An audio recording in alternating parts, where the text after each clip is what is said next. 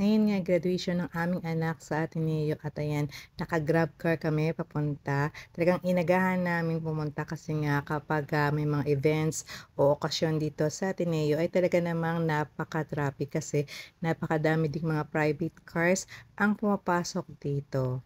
Kaya naman 3:00 pa lang ng madaling araw ay gising na kami para makapaligo at makapag-ayos. Mabuti na lang at meron akong kapatid na marunong mag-makeup. Siya na nga ang nag-ayos sa aming mag-ina.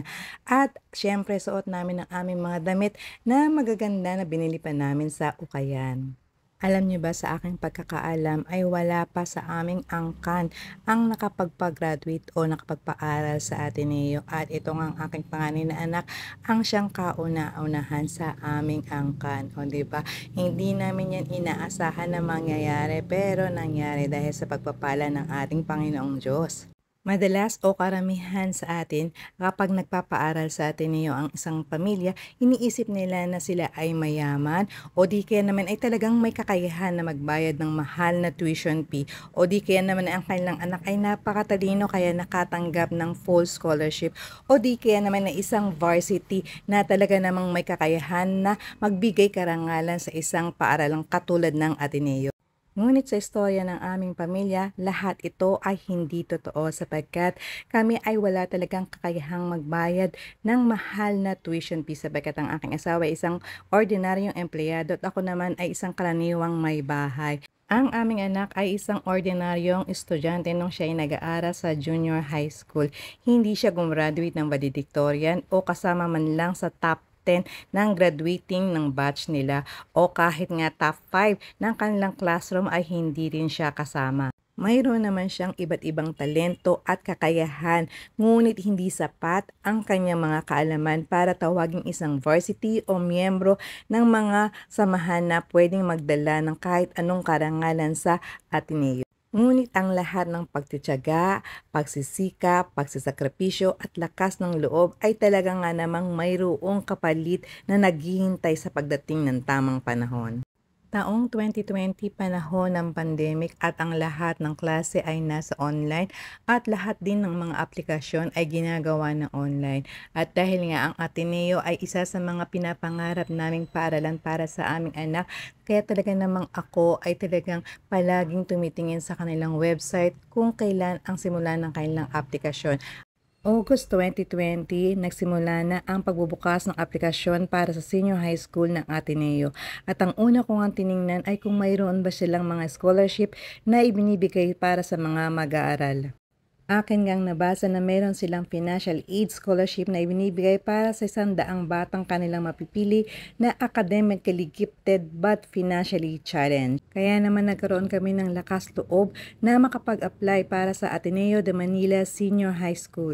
Ngunit Nobyembre 2020 pa kami nakapagsumite ng kanyang mga aplikasyon at requirements para sa kanyang senior high school at financial aid scholarship na ina-applyan.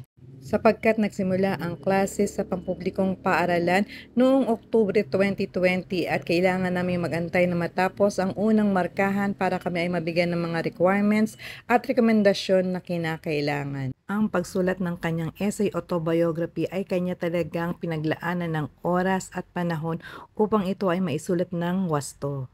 March 2021, nakatanggap siya ng email na isa siya sa mga estudyanteng napili para interviewin. Bagamat nakalagay doon na walang garantiya na siya ay matatanggap pagkatapos ng interview. Malakas na ang loob ko at pakiramdam na ang aking anak ay matatanggap sa kanyang ina-applyan. Dumating ang araw ng interview at ako ay sobrang kaba pero alam ko ang aking anak ay hindi naman kinakabahan.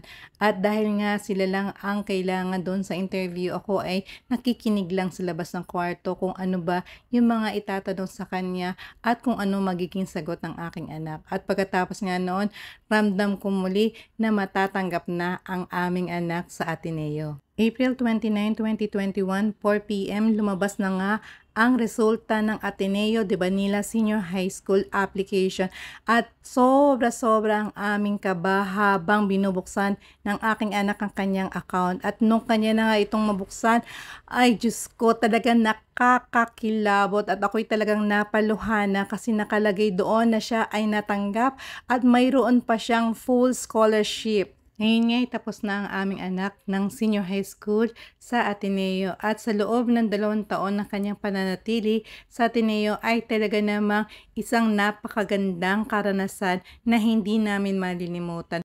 Lubos ang pasasalamat ng aming buong pamilya sa kabutihang loob na ibinigay ng Ateneo upang maging bahagi ang aming anak ng kanilang komunidad.